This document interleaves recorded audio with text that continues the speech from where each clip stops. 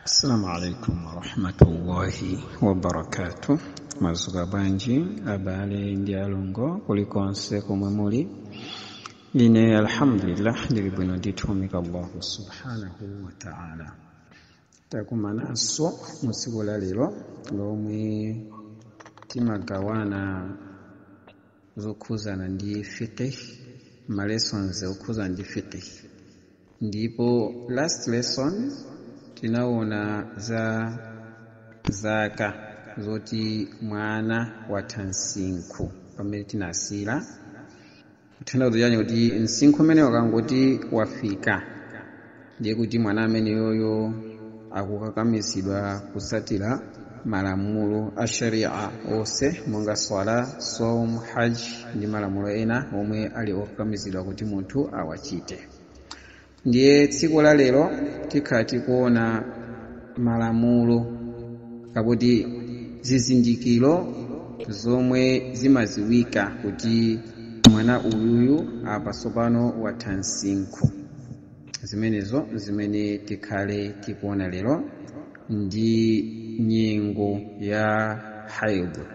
Kuti haid munthu zimayi ili ndi kutalika kotani kabodi kuchepa kwa masiku akewo ni masiku angati, ndipo ghaliban kuti generally masiku ti akachulukamo ndi angati. Bismillahirrahmanirrahim. Wa yu'rafu al-bulughu bi umurin. Ndipo kutansinku kumaziwika ndi malamulo ndi zinthu zoti zimaziwikira kuti munthu akapanga izi, mwana kapena sikana zikamuchitika izi ndiye kuti panepo watansinku. Al-awwalu choyamba choti mwanayu watansinku ndi al-ihtilamu, uku ndiye kuzilotera bi khurujil maniyyi, utuluka mani umuna kapena ukazi, binisbati lidhakar wal untha, mugrizana kuti yeye ndi mnyamata, kuti dhakar wa muna kapena wankazi. Chimenecho ndiye chizindikiro choyamba kuti mwanayu watansinku ndi kuzilotera komwe amazilotera, akaziloteramo mpaka na chani umuna utuluke. Chachiwiri athani, chachiwiri ru'yatu damil haid binisbati lil untha, kuona magazi omwe ali monthly period binisbati lil untha, zimene zokhuzana ndi kwa azimayi msikana. Ndiye kuti ngati sana zilotere ndiye wangofikira kuona chani magazi, ndiye kuti magazi amenewo magazi achani a haid monthly period. Wal waqtu alladhi yumkin an yahsula fihi al-ihtilam au al-hayd, ndipo nthawi yomwe ndiyothekera kuti mwana wa mmuna kapena wankaziyo aone chani ayambe kuzilotera kapena kuti aone magazi a monthly period, fayakunu tahaqququl bulugh, ndiye kuti nthawi imeneyo wangaone zimenezozo ndiye kuti nthawi imeneyo izakhala ni wasimikizidwa kuti yeye sopano watansinku. Huwa istikmalu 9 sinina, uko ndiye kukwanilisa kwa nyamatayo kapena sikanayo zaka 9 qamariya min al-umr. Zaka 9 zimene zizawerengesedwa kuoneka kwa mwezi kwa chani Islamic calendar, kuti wakwanisa zaka 9 according to Islamic calendar, ndiye kuti mwana amene yoyo akaona magazi, ndiye kuti magazi amene wazakhala liji magazi amene owo ndiye kuti ndi monthly period, kuti imene ndi haid, kapena akaziloteramo atakwana 9 years ya Islamic calendar, ndiye kuti ameneyo pamenepo watansinku.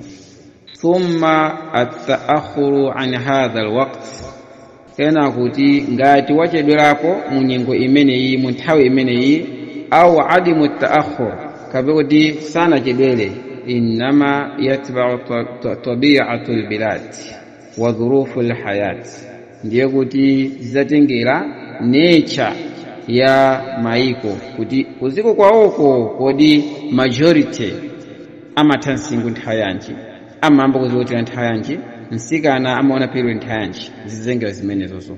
Wa dhuruful hayat ndi zina zomwe zimayenera nji zothandizira umoyo wa munthu, chifukwa nthawi zina umoyo wake wakhala ofewa kapena osafewa, kuti olimba kuti zinthu zomwenereza kuti akulema ubwino sizikupezeka, zimene zimatha kupanga affect moyo wa mwana. Ndiye kuthansingu kwake kukhala kuti period imatha kuchedwa kapena kubwera mwachangu, kapena zinyamata atha kuzilotera kuyamba kuzilotera mwachangu chifukwa cha umoyo omwe akukhala.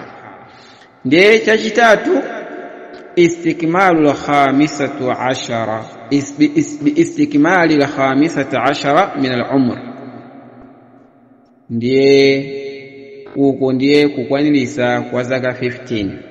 Ngati wakhala mnyamata kapena msikana mpaka nakwana zaka 15, 9 years jakwana sakuona any sign ya kuti ye kuthansingu monga zimene afotokoza kumwambazo, ndiye kuti akangokwana zaka 15 either sikana kapena mnyamata zaka 15 zimenezi bisinina al-qamariyya, mukuwengesedwa kwa Islamic calendar.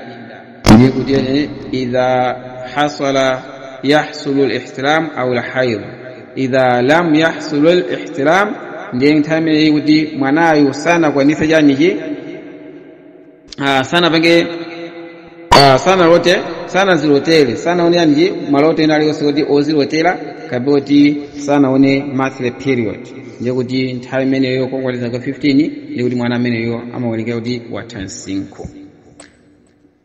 Timina pamenepo tikalowa ku muddatul hayd italika kwambiri, ndiye sizilowa zimezi mwambazo masigns kuti munthu athansingu. In short, kuzilotera ukakuziloteramo munthu mwanayo mpaka kutusa umuna, choyamba chimenecho. Number 2, chizindikiro cha mwana wasikana china ndi kuona period kuchokera mu zaka za 9 mpaka na kumapita kusogoloku ene period asanafike 15 years kungoti waona period ndikuti basa ameneyo msingu atha. Number 3, kukwanisa kwa zaka 15 sikuwengesa muzakazi Islamic calendar, ndiye ngati wafika zaka 15 either wana period kapena ai mwana ameneyo amwengere kuti wathansingu. Timire pamenepo Allah subhanahu wa ta'ala atike gula anthu omvetsetsa ndi kukhala ozitsatira zimenezi. Assalamu alaikum wa rahmatullahi wa barakatuh.